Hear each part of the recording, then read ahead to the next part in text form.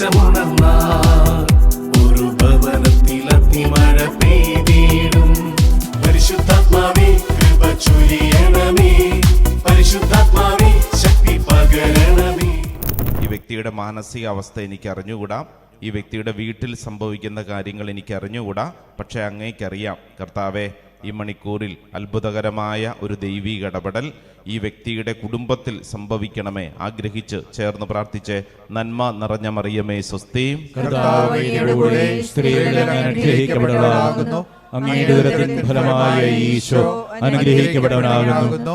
പരിശുദ്ധ മറിയമേ തമ്പുരാന്റെ അമ്മേ, പാപികളായ ഞങ്ങൾക്ക് വേണ്ടി ഇപ്പോഴും ഞങ്ങളുടെ മരണസമയത്തും തമ്പുരാനോട് അപേക്ഷിക്കണമേ. ആമേൻ. രണ്ട് കരങ്ങൾ നെഞ്ചോട് ചേർത്ത് ആശ്രയിച്ച് വിശ്വസിക്കുക. പ്രത്യേകിച്ച് എല്ലാ ഹൃദയത്തിൻ്റെ മുറിവുകളെയും സുഖപ്പെടുത്തുന്ന അനുഗ്രഹത്തിൻ്റെ ദിവസങ്ങളിലൂടെയാണ് നമ്മൾ കടന്നു പോകുന്നത്. ഈശോയെ, അങ്ങേ ഹൃദയത്തിൽ, അങ്ങേ തിരുമുറിവുകളിൽ എന്നെയും ചേർത്ത് നിർത്തണമേ. ഏതെങ്കിലും മനസ്സിലെ ഭാരം, സങ്കടം, ഒരുപക്ഷെ പുറത്തൊരു മനുഷ്യനോട് പോലും പറയാൻ പറ്റാത്ത വണ്ണം വിങ്ങുന്ന മനസ്സുമായിട്ട് ഇവിടെ പലരും പ്രാർത്ഥനയിലുണ്ട്, ഓൺലൈൻ ശുശ്രൂഷയിലുണ്ട്. ഈശോയോട് പറയും, ഈശോയെ, എൻ്റെ ഹൃദയത്തിൻ്റെ മുറിവുകളെല്ലാം നിൻ്റെ ഹൃദയത്തോട് ചേർത്ത് വയ്ക്കുന്നു. ഈശോയെ, അങ്ങേ തിരുമുറിവുകളിൽ എന്നെ മറയ്ക്കണമേ, എന്നെ ചേർത്ത് നിർത്തണമേ, എന്നെ സൗഖ്യപ്പെടുത്തണമേ, എന്നെ വിശുദ്ധീകരിക്കണമേ. ചേർന്ന് നമുക്ക് സമർപ്പിക്കാം, ആഗ്രഹിക്കാം. അങ്ങേ തിരുമുറിവുകളിൽ എന്നെ മറക്കേണമേ, അങ്ങേ തിരുഹൃദയത്തിൽ എന്നെ ഇരുത്തേണമേ. ചേർന്ന് പാടിക്കുക എല്ലാവരും. അങ്ങേ തിരുമുറിവുകളിൽ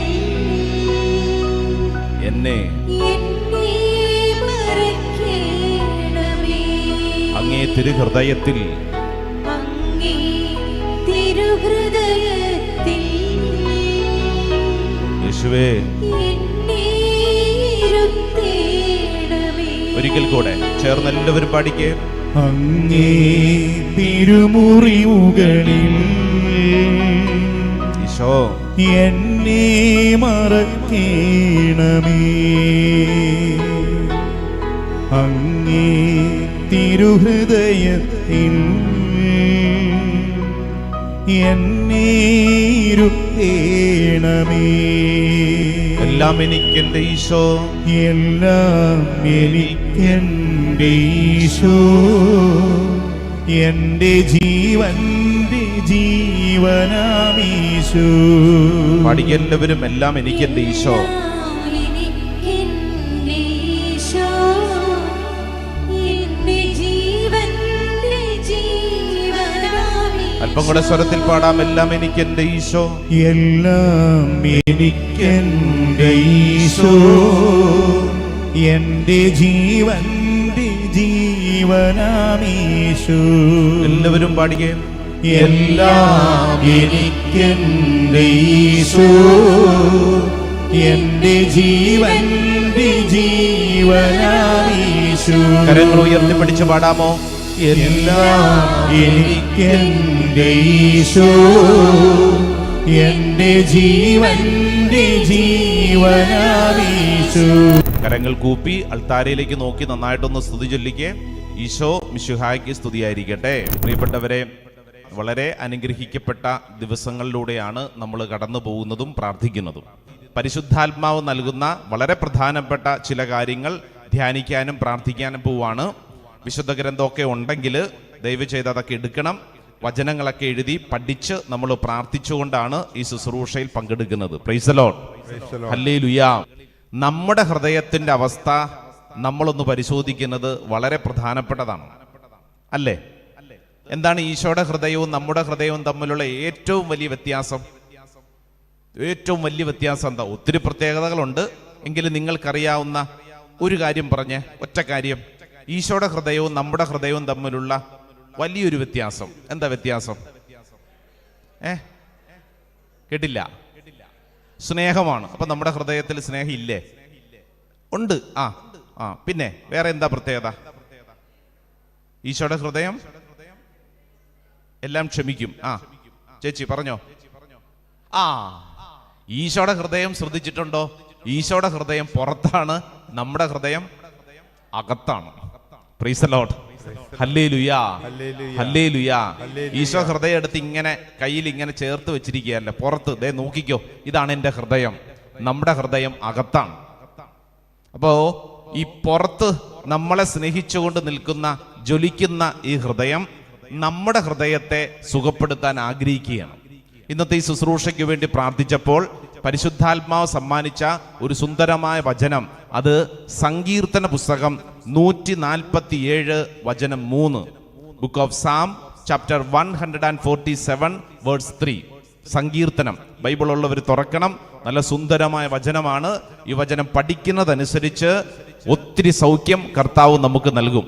സങ്കീർത്തനം 147 എവിടെയെങ്കിലുമൊക്കെ കുറിച്ച് വെക്കാമെങ്കിൽ കുറിച്ച് വെക്കണം. സങ്കീർത്തനം 147 വചനം 3. ഏതാ വചനം എന്നറിയോ? അവിടുന്ന് ഹൃദയം തകർന്നവരെ സൗഖ്യപ്പെടുത്തുകയും അവരുടെ മുറിവുകൾ വച്ചുകെട്ടുകയും ചെയ്യുന്നു. ഈ വചനം ഒന്ന് ഏറ്റു പറഞ്ഞേ, വചനം ഒന്ന് പഠിക്കാം. അവിടുന്ന് ഹൃദയം തകർന്നവരെ സൗഖ്യപ്പെടുത്തുകയും അവരുടെ മുറിവുകൾ വച്ചുകെട്ടുകയും ചെയ്യുന്നു. അവിടുന്ന് ഹൃദയം തകർന്ന എന്നെ ആ വലതുകരെടുത്ത് നെഞ്ചത്ത് തൊട്ടോണ്ട് പറ, അവിടുന്ന് ഹൃദയം തകർന്ന എന്നെ സൗഖ്യപ്പെടുത്തുകയും എന്റെ മുറിവുകൾ വച്ചുകെട്ടുകയും ചെയ്യുന്നു. ഹല്ലേലൂയാ, ഹല്ലേലൂയാ. ഇത് സംഭവിക്കട്ടെ. പറഞ്ഞേ, ഇത് സംഭവിക്കട്ടെ. ആമേൻ, ആമേൻ. ഹൃദയം തകർന്ന സകലരെയും ഈശോ സുഖപ്പെടുത്തട്ടെ. ഈ ശുശ്രൂഷയിൽ കർത്താവ് സമ്മാനിക്കുന്ന ഏറ്റവും വലിയ കാര്യം അത് തന്നെയാണ്. ഈശോയുടെ ഹൃദയത്തെക്കുറിച്ച് ധ്യാനിക്കുമ്പോൾ ഈശോ നമുക്ക് സമ്മാനിക്കുന്ന ഏറ്റവും വലിയ കൃപ, നിന്റെ ഹൃദയത്തെ ഈശോ സുഖപ്പെടുത്താൻ ആഗ്രഹിക്കുന്നു. ഏതെങ്കിലും തരത്തിലുള്ള ഹാർട്ട് സംബന്ധമായ രോഗങ്ങളുള്ളവരെന്ന് കൈപൊക്കാവോ? ഹാർട്ടില്ലേ? കുറച്ച് പേർക്കാണ് രോഗങ്ങളൊക്കെ വന്നിട്ടുള്ളവർ, കുറച്ച് പേരുണ്ട്. ബാക്കിയുള്ളവർ നല്ല ഹാർട്ടൊക്കെ ആയിട്ട് ഇരിക്കുന്നവരുണ്ട്. ഹൃദയം ഉണ്ടോ? ഇല്ലേ? ഉണ്ടോ? എവിടെയാ ഹൃദയം ഇരിക്കുന്നത്? ഒന്ന് ആ ഹൃദയത്തെ ഒന്ന് തൊട്ടെ. ചിലർക്കും കറിഞ്ഞുകൂടെ, തലയിലാണോ ഹൃദയം ഇരിക്കുന്നത്? ഹൃദയം എവിടെ ഇരിക്കുന്നത്? തൊട്ടെ. ഹൃദയം എന്ന് പറയുന്നത് ഇതൊരു അവയവമാണ്, ഇതൊരു ഓർഗനാണ്, അല്ലേ? നമുക്കെല്ലാവർക്കും ഹൃദയമുണ്ട്. Praise the Lord. ഹല്ലേലൂയാ. ഞാൻ ചോദിക്കട്ടെ, ഹൃദയം തകരുക എന്ന് പറഞ്ഞാൽ എന്താ അർത്ഥം? അങ്ങനെ നിങ്ങൾ കേട്ടിട്ടുണ്ടോ? ആരെങ്കിലും അങ്ങനെ ആശുപത്രിയിൽ അഡ്മിറ്റ് ആക്കിയതായിട്ട് കേട്ടിട്ടുണ്ടോ? ഹൃദയം തകർന്നൊരു പേഷ്യന്റ് വന്നിരിക്കുന്നു, ആണോ? അങ്ങനെ നിങ്ങൾ കേട്ടിട്ടുണ്ടോ? വേറെ പലതും കേട്ടിട്ടുണ്ട്, അല്ലേ? ഹാർട്ട് അറ്റാക്ക്, ഹൃദയ ആഘാതം എന്ന് കേട്ടിട്ടുണ്ട്. പിന്നെ എന്നതാ ഈ ഹൃദയം തകരുക എന്ന് പറഞ്ഞ എന്താ അർത്ഥം? ഹൃദയം തകരുക, ബൈബിള് പറയാണ്, ഹൃദയം തകർന്നവരെ ഈശോ സുഖപ്പെടുത്തും. അപ്പൊ ഈ ഹൃദയം തകരുക എന്ന് പറഞ്ഞാൽ എന്താ അർത്ഥം? ഹൃദയം തകരുക.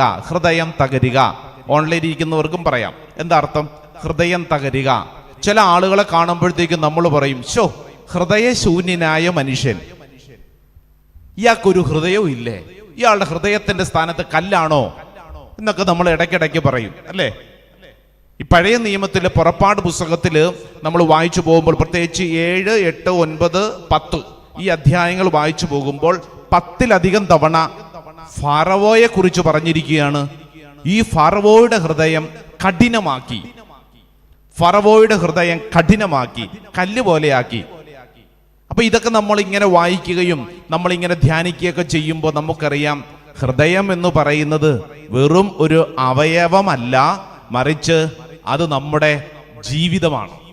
Price the Lord. ഹല്ലേലൂയാ, ഹല്ലേലൂയാ.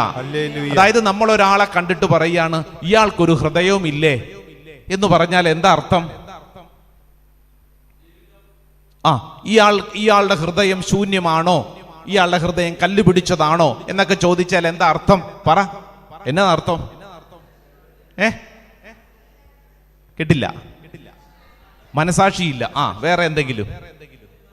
ഇയാളുടെ നല്ല പെരുമാറ്റമില്ല. വേറെ ഈ ഹൃദയത്തെ നമ്മൾ എപ്പോഴും മനസ്സിലാക്കുന്ന എന്തിനോട് ബന്ധപ്പെടുത്തിയ? ഹൃദയം. ഇവിടെ ഇരിക്കുന്ന ഒട്ടുമുക്കാലും പേര് മുതിർന്നവരാണ്.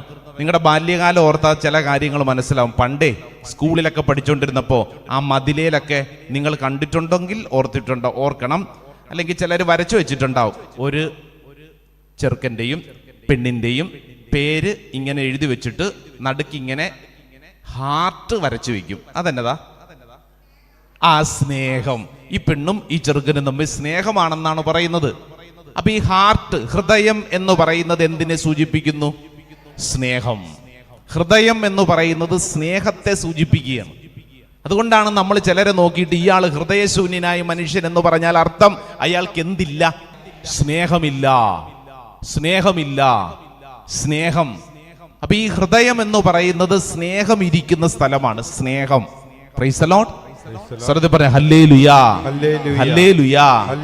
ചില സമയങ്ങളിൽ ഈ ഹൃദയത്തിന് വല്ലാത്ത ഭാരം വരും. ഇവിടെ ഇരിക്കുന്ന നമുക്കൊക്കെ ഭാരം വരും. അതുകൊണ്ടാണ് ഈശോ യോഹന്നാന്റെ സുവിശേഷം 14-ാം അധ്യായം 1-ാം തിരുവചനം, ജോൺ ചാപ്റ്റർ 14 വേഴ്സ് 1, ഏതാ വചനം? നിങ്ങളുടെ ഹൃദയം അസ്വസ്ഥമാകേണ്ട, നിങ്ങൾ ഭയപ്പെടുകയും വേണ്ട, ദൈവത്തിൽ വിശ്വസിക്കുവിൻ, നിങ്ങൾ എന്നിൽ വിശ്വസിക്കുവിൻ. നിങ്ങളുടെ ഹൃദയം അസ്വസ്ഥമാകേണ്ട. ഈശോ പറഞ്ഞത് അങ്ങനെയാ. നിങ്ങളുടെ ഹൃദയം അസ്വസ്ഥമാകേണ്ട. നിങ്ങളുടെ തല അസ്വസ്ഥമാകേണ്ടെന്നാണ് ഈശോ പറഞ്ഞേ? അല്ല, ഈശോ പറഞ്ഞ എന്നതാ? നിന്റെ ഹൃദയം അസ്വസ്ഥമാകേണ്ട, നീ അസ്വസ്ഥപ്പെടേണ്ട. അപ്പൊ അസ്വസ്ഥത എവിടെയാ ഈശോ പറയുന്നത്? ഹൃദയത്തിലാ. ഇതെല്ലാം ഇരിക്കുന്നത് ഹൃദയത്തിലാ. ഹൃദയം എന്ന് പറയുന്നത് ഒരു അവയവം മാത്രമല്ല, മറിച്ച് അത് നിന്റെ ജീവിതമാണ്. അത് നിന്റെ ജീവിതമാണ്. Praise the Lord. Hallelujah, hallelujah, hallelujah, hallelujah. നമ്മുടെ മുമ്പിൽ ദിനവൃത്താന്ത പുസ്തകം വായിച്ചാൽ ഒരു കാര്യം പഠിപ്പിക്കും. ഒന്ന് ദിനവൃത്താന്തം 29-ാം അധ്യായം 17-ാം തിരുവചനം. ദിനവൃത്താന്ത പുസ്തകം, അങ്ങനെ പുസ്തകം ബൈബിളിലുണ്ട്. ഒന്ന് ദിനവൃത്താന്തം 29-ാം അധ്യായം 17-ാം തിരുവചനം. അവിടെ പറയാണ്, അങ്ങ് ഹൃദയം പരിശോധിക്കുന്നു. ഹൃദയം പരിശോധിക്കുന്നു. ആശുപത്രി ചെല്ലുമ്പോൾ ഡോക്ടർ നിന്റെ ഹൃദയം പരിശോധിക്കും, എന്തെങ്കിലും തടസ്സം ഉണ്ടോ എന്നൊക്കെ ശ്രദ്ധിക്കും, അല്ലേ? ഇതാ വചനം പറയാണ്, നിന്റെ ഹൃദയം ഇതാ ദൈവം പരിശോധിക്കുന്നു. Praise the Lord. Hallelujah, hallelujah. മക്കബായരുടെ 1-ാം പുസ്തകം 6-ാം അധ്യായം 10-ാം തിരുവചനം. മക്കബായരുടെ 1-ാം പുസ്തകം 6-ാം അധ്യായം 10-ാം തിരുവചനം. വചനം ഇങ്ങനെയാണ്, ആകുലതയാൽ എന്റെ ഹൃദയം തകരുന്നു, എനിക്ക് ഉറക്കമില്ലാതായിരിക്കുന്നു. ഒരാളുടെ ഉറക്കം നഷ്ടപ്പെടുന്നതിനുള്ളൊരു കാരണത്തെക്കുറിച്ച് വചനം പഠിപ്പിക്കുകയാണ്. ആകുലതയാൽ എന്റെ ഹൃദയം തകർന്നിരിക്കുന്നു. ഇവിടെ ഇരിക്കുന്ന ചില മാതാപിതാക്കള് ചില കാര്യങ്ങളെക്കുറിച്ച് ഇങ്ങനെ ഓർത്ത് ആകുലപ്പെട്ട് അച്ഛാ ഉറക്കമില്ല അച്ഛാ, കുറെ ദിവസമായി ഹൃദയം തകർന്നിരിക്കുകയാണ്. ഓർത്തോണ്ടിരിക്കുമ്പോഴേ മക്കളെക്കുറിച്ച് ഓർക്കുമ്പോൾ, ചില കാര്യങ്ങളെക്കുറിച്ച് ഓർക്കുമ്പോൾ വല്ലാത്ത ആകുലത, വല്ലാത്ത ഭാരം, ഇതെല്ലാം ചെന്ന് വീഴുന്ന സ്ഥലം ഹൃദയം. ഹൃദയത്തിലാണ് ഇതെല്ലാം കൂടെ ചേർന്നിരിക്കുന്നത്. Price the Lord. ശ്രദ്ധ പറഞ്ഞ ഹല്ലേലൂയ. അതുകൊണ്ടാണ് സങ്കീർത്തനം 34 വചനം 18, book of Psalm chapter 34 verse 18, ഹൃദയം നുറുങ്ങിയവർക്ക് കർത്താവ് സമീപസ്ഥനാണ്, മനമുരുകിയവരെ അവിടുന്ന് രക്ഷിക്കുന്നു. നിന്റെ ഹൃദയത്തിൽ എത്ര വലിയ ഭാരമുണ്ടെങ്കിലും, ഹൃദയം നുറുങ്ങപ്പെട്ട അവസ്ഥയാണെങ്കിലും, ഇതാ ഈ ദിവസം ഈശോ നിനക്ക് നൽകുന്ന ഏറ്റവും വലിയ സമ്മാനം എന്ന് പറയുന്നത് എന്നാന്നറിയാവോ? നിന്റെ ഹൃദയം നുറുങ്ങിയ അവസ്ഥയെ കർത്താവ് സൗഖ്യപ്പെടുത്തുന്നു. Praise the Lord. Hallelujah, hallelujah, hallelujah, hallelujah. സങ്കീർത്തകനായ ദാവീദ് സങ്കീർത്തനം 61 വചനം 2, ചാപ്റ്റർ 61 വേഴ്സ് 2, സങ്കീർത്തനം 61:2 വചനം ഇങ്ങനെയാണ്, ഹൃദയം തകർന്ന ഞാൻ ഭൂമിയുടെ അതിർത്തിയിൽ നിന്ന് അവിടുത്തോട് വിളിച്ചപേക്ഷിക്കുന്നു. ഹൃദയം തകർന്ന ഞാൻ, വീട് തകർന്ന ഞാനല്ല, എന്റെ കെട്ടിടം തകർന്ന ഞാനല്ല, ഹൃദയം തകർന്ന ഞാൻ എന്ന് പറഞ്ഞാൽ നമ്മുടെ ജീവിതം, നമ്മുടെ ജീവിതം. Price the Lord. ശ്രദ്ധ പറഞ്ഞ ഹല്ലേലൂയ, ഹല്ലേലൂയ. സുഭാഷിതങ്ങളുടെ പുസ്തകം 15:13, സുഭാഷിതങ്ങളുടെ പുസ്തകം 15-ാം അധ്യായം 13-ാം വചനം, സന്തുഷ്ടമായ ഹൃദയം മുഖത്തെ പ്രസന്നമാക്കുന്നു, ഹൃദയ വ്യഥ ഉന്മേഷം കെടുത്തിക്കളയും. ഹൃദയത്തിൽ വ്യഥ വന്നാൽ നമ്മുടെ ഉന്മേഷം കെടുത്തിക്കളയും. ഹൃദയത്തിൽ വ്യഥ വന്നാൽ നമ്മുടെ ഉന്മേഷം കെടുത്തിക്കളയും. വചനം പറഞ്ഞതൊന്ന് ഓർത്തെ, സന്തുഷ്ടമായ ഹൃദയം മുഖത്തെ പ്രസന്നമാക്കും. അപ്പം നിന്റെ മുഖം പ്രകാശിക്കണമെങ്കിൽ അകത്ത ഹൃദയം അത് പ്രസന്നമായിരിക്കണം. അകത്ത ഹൃദയം സൗഖ്യപ്പെട്ടിരിക്കണം. Price the Lord. മലയാളത്തിൽ എന്തു പറയും? മുഖം മനസ്സിന്റെ കണ്ണാടി. ഹല്ലേലൂയാ, ഹല്ലേലൂയാ. അപ്പൊ നമ്മുടെ പുറത്ത്, നമ്മുടെ മുഖത്ത്, നമ്മുടെ പെരുമാറ്റത്തിൽ സന്തോഷം വരണമെങ്കിൽ നമ്മുടെ ഹൃദയം സുഖപ്പെട്ടിരിക്കണം. ഹൃദയത്തിൽ മുറിവുകൾ ഉണ്ടെങ്കിൽ അത് വല്ലാത്ത ഭാരമായിട്ട് എപ്പോഴും നമ്മുടെ പെരുമാറ്റത്തിൽ, നമ്മുടെ മുഖത്തുണ്ടാവും. സത്യമല്ലേ? അകത്ത വേദനയാണ് വലിയ വേദന. നിങ്ങൾ ചിന്തിച്ചു നോക്കിക്കേ, പുറത്തെ വേദനയാണോ അകത്ത വേദനയാണോ വലുത്? അകത്ത വേദനയാ. കാരണം എന്താ കാരണം? ഇപ്പൊ പുറത്തെ വേദന, നിങ്ങളുടെ കൈ ഒടിഞ്ഞു, പനി വന്നു, നിങ്ങളുടെ വീട്ടുകാർക്ക് നിങ്ങളെ മനസ്സിലാകും, മരുന്ന് തരും, കഞ്ഞി തരും, നിങ്ങളെ ശുശ്രൂഷിക്കും. അകത്ത വേദന, ഹൃദയത്തിൽ വേദന, സ്നേഹകാര്യങ്ങളിൽ, സ്നേഹബന്ധങ്ങളിൽ വിഷമം വന്നാൽ വല്ലവനും മനസ്സിലാവുമോ? എവിടെ മനസ്സിലാവാൻ? ആർക്കും മനസ്സിലായേല. അതാണ് ഏറ്റവും വലിയ വിഷമം. അകത്ത് കിടക്കുന്ന വിഷമം അത് വല്ലാതെ വേദനിക്കും. ഒരായുസ് മുഴുവൻ നിങ്ങളുടെ കൂടെ ജീവിക്കുന്ന ജീവിത പങ്കാളിക്ക് പോലും മനസ്സിലാവണില്ല. അതുകൊണ്ട് ഇടയ്ക്കിടയ്ക്ക് വീട്ടിൽ വഴക്കുണ്ടാക്കാൻ നേരത്ത് നമ്മൾ പറയും, നിങ്ങൾ എൻ്റെ സ്ഥാനത്ത് നിന്നൊന്ന് ചിന്തിക്ക്, അപ്പൊ നിങ്ങൾക്ക് മനസ്സിലാകും. നിങ്ങൾ എൻ്റെ സ്ഥാനത്ത് നിന്നൊന്ന് ചിന്തിക്ക്, എൻ്റെ അവസ്ഥ നിങ്ങൾക്ക് മനസ്സിലാവോ എന്നൊക്കെ നമ്മൾ ഇങ്ങനെ ഈ വഴക്കടിക്കുമ്പോൾ പറയുമല്ലോ. അതെന്നതാ? അകത്ത് എൻ്റെ ഹൃദയത്തിനുള്ളില് വിഷമം കിടപ്പുണ്ട് എന്ന് നമ്മൾ മറ്റുള്ളവരെ ഓർമ്മപ്പെടുത്തി ആ ആളോട് പറയുക. എന്തെല്ലാം പറഞ്ഞാലും ആ ആൾക്ക് ഒരിക്കലും മനസ്സിലാകിയേല. Praise the Lord. Hallelujah, hallelujah. നിന്റെ ഹൃദയത്തിന്റെ അവസ്ഥ നീ എത്ര മണിക്കൂർ എടുത്ത് നിന്റെ അടുത്തിരിക്കുന്ന ആളോട് പറഞ്ഞ് പഠിപ്പിക്കാൻ ശ്രമിച്ചാലും മനസ്സിലാവൂല. ശ്രദ്ധിച്ചോണം. ചിലരുടെയൊക്കെ മെയിൻ പരിപാടി എന്ന് പറഞ്ഞാൽ തന്നെ ഈ ഹൃദയത്തിലുള്ള വിഷമം മറ്റുള്ളവരെ പറഞ്ഞ് പഠിപ്പിച്ച് അറ്റൻഷൻ കിട്ടാനാണ്. എവിടുന്ന് കിട്ടും? നമ്മുടെയൊക്കെ വീട്ടിലെ മിക്കവാറും ഉള്ള അവസ്ഥ അതാണ്. നമ്മൾ മറ്റുള്ളവരോട് പറയുന്നതാണ്, അല്ലേ? ചില സമയത്ത് ഭാര്യ പറയത്തില്ലേ, ഞാനിങ്ങനെ ഇവിടെ ഒരാളുണ്ടെന്ന് വല്ലവർക്ക് ശ്രദ്ധയുണ്ടോ? അല്ലേ? ഞാനിങ്ങനെ രാവിലെ കിടന്ന് ഈ വീട്ടിൽ കിടന്ന് ഈ പണിയെടുത്ത് അല്ലേ, വല്ലവനും ഞാൻ ഭക്ഷണം കഴിച്ചോ, എന്റെ കാര്യങ്ങൾ വല്ലവരും ശ്രദ്ധിക്കുന്നുണ്ടോ എന്ന് പറഞ്ഞാ ആ ഭാര്യ ഉള്ളിലെ സങ്കടം പറയുക. ആ ഭാര്യയുടെ ഹൃദയത്തിലെ ഭാരമാണ് പറയുന്നത്. ഇതൊരു ദിവസമൊന്നുമല്ല, എല്ലാ ദിവസവും പറഞ്ഞുകൊണ്ടിരിക്കും. ആർക്ക് മനസ്സിലാവാൻ? ഒരു മനുഷ്യനും മനസ്സിലായേല. ഹല്ലേലൂയാ, ഹല്ലേലൂയാ. അതുകൊണ്ട് ഇന്നത്തെ ദിവസം ഈ ശുശ്രൂഷയിൽ പങ്കെടുക്കുന്ന ഓരോരുത്തരും ശ്രദ്ധിച്ചോ, ഈശോ നിന്റെ ഹൃദയത്തിലെ മുറിവ് അതെത്ര ആഴമുള്ളതാണെങ്കിലും എത്ര ഗൗരവമുള്ളതാണെങ്കിലും ഈശോ പറയാണ്, ഇതാ നിന്റെ ഹൃദയത്തെ ഞാൻ സുഖപ്പെടുത്താൻ ആഗ്രഹിക്കുന്നു. വലതുകരമുയർത്തി ആ വചനം ഒന്ന് ഏറ്റുപറഞ്ഞ് പ്രാർത്ഥിക്കാം. സങ്കീർത്തനം 147:3. അവിടുന്ന് ഉച്ചത്തിപ്പറ, അവിടുന്ന് ഹൃദയം തകർന്ന എന്നെ സുഖപ്പെടുത്തുന്നു, എന്റെ മുറിവുകൾ വച്ചുകെട്ടുന്നു. Hallelujah, hallelujah, hallelujah, hallelujah. Praise the Lord. Praise the Lord.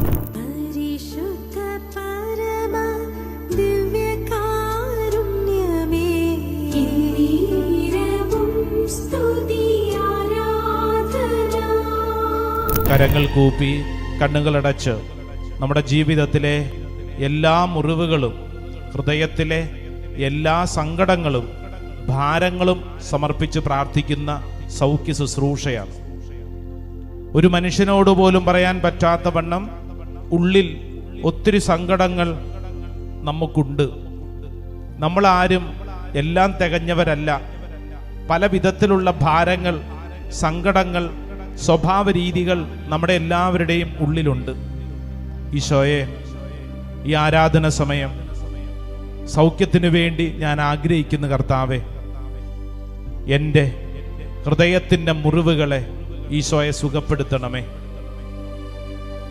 പ്രിയപ്പെട്ട സഹോദര സഹോദരി, നമ്മുടെ ഉള്ളിൽ ചില മുറിവുകൾ കിടക്കുന്നത് കൊണ്ടാണ് നമ്മൾ പോലും അറിയാതെ നമ്മുടെ സ്വഭാവ രീതികൾ താളം തെറ്റുന്നത്. ഒന്ന് ചിന്തിച്ചാൽ മനസ്സിലാകും. അമിതമായ ദേഷ്യപ്രകൃതി, അമിതമായ ഭയചിന്തകൾ, അപകർഷതാബോധങ്ങൾ, തൊട്ടതിനും പിടിച്ചതിനുമെല്ലാം അസ്വസ്ഥപ്പെടുന്ന ഒരു സ്വഭാവ രീതി, ആരെല്ലാം പറഞ്ഞാലും അംഗീകരിക്കാൻ പറ്റാത്തൊരു സ്വഭാവ രീതി, എനിക്ക് ആരുമില്ല എന്നുള്ളൊരു ചിന്ത, അമിതമായ ദുഃഖം, വർഷങ്ങൾക്ക് മുമ്പ് പോലും സംഭവിച്ച ചില കാര്യങ്ങൾ ഇന്നും നമ്മളെ ഭരിക്കുന്ന അവസ്ഥ, ഓർത്തോർത്തോണ്ടിരിക്കുന്ന ചില ജീവിതങ്ങൾ, ഒന്നിലും ഒരു സന്തോഷം കണ്ടെത്താൻ പറ്റാത്ത അനുഭവം ആയിരിക്കുന്ന അവസ്ഥയിൽ വല്ലാത്ത അസംതൃപ്തി, എപ്പോഴും പരാതിപ്പെടുന്ന പിറുപിറുക്കുന്നൊരു സ്വഭാവ രീതി.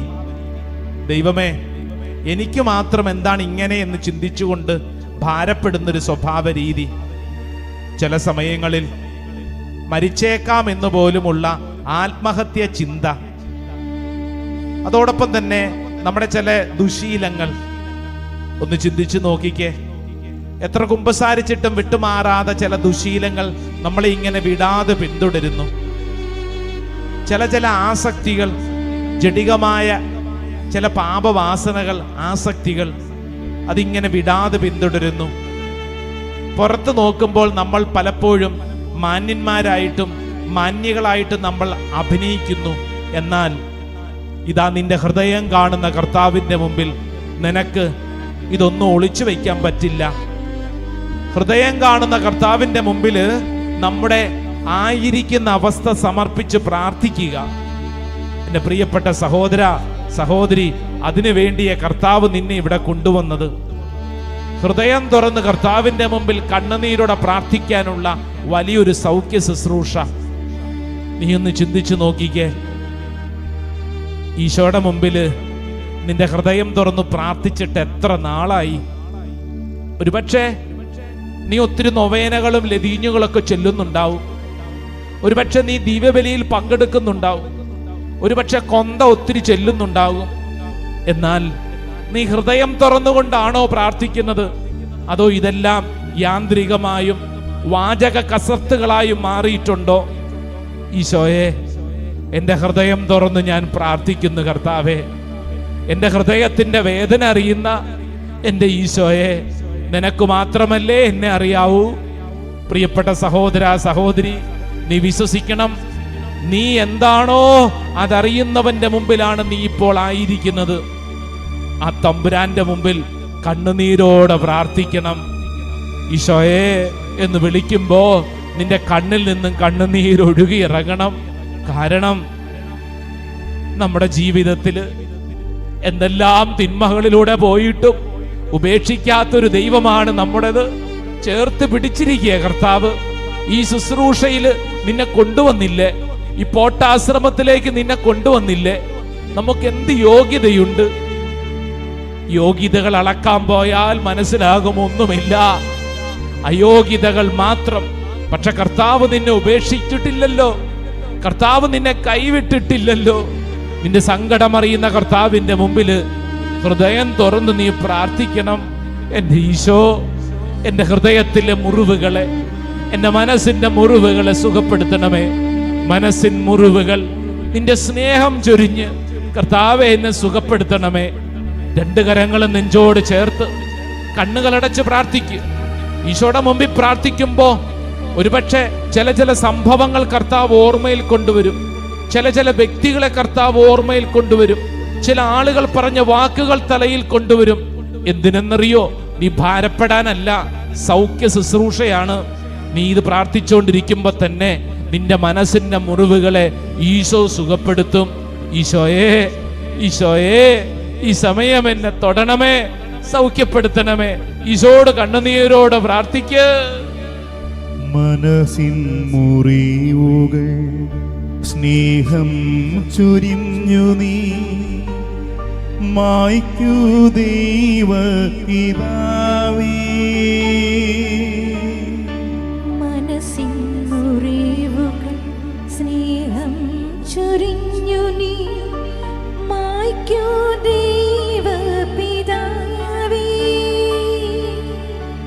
കുരിശിൽ ചൊരിഞ്ഞ രക്തം എന്നെ സുഖമാക്കിടട്ടെ, സുഖമാക്കിടട്ടെ. കുരിശിൽ ചൊരിഞ്ഞ രക്തം എന്നെ സുഖമാക്കട്ടെ. സുഖമാക്കിടട്ടെ. ആരാധന, ആരാധന യേശുവേ, ആരാധന. ആരാധന, ആരാധന യേശുവേ, ആരാധന. ആരാധന, ആരാധന സ്നേഹമേ, ആരാധന. പരിശുദ്ധ പരമമാ ദിവ്യകാരുണ്യമേ, എന്നുമെന്നും അങ്ങേയ്ക്കാരാധന.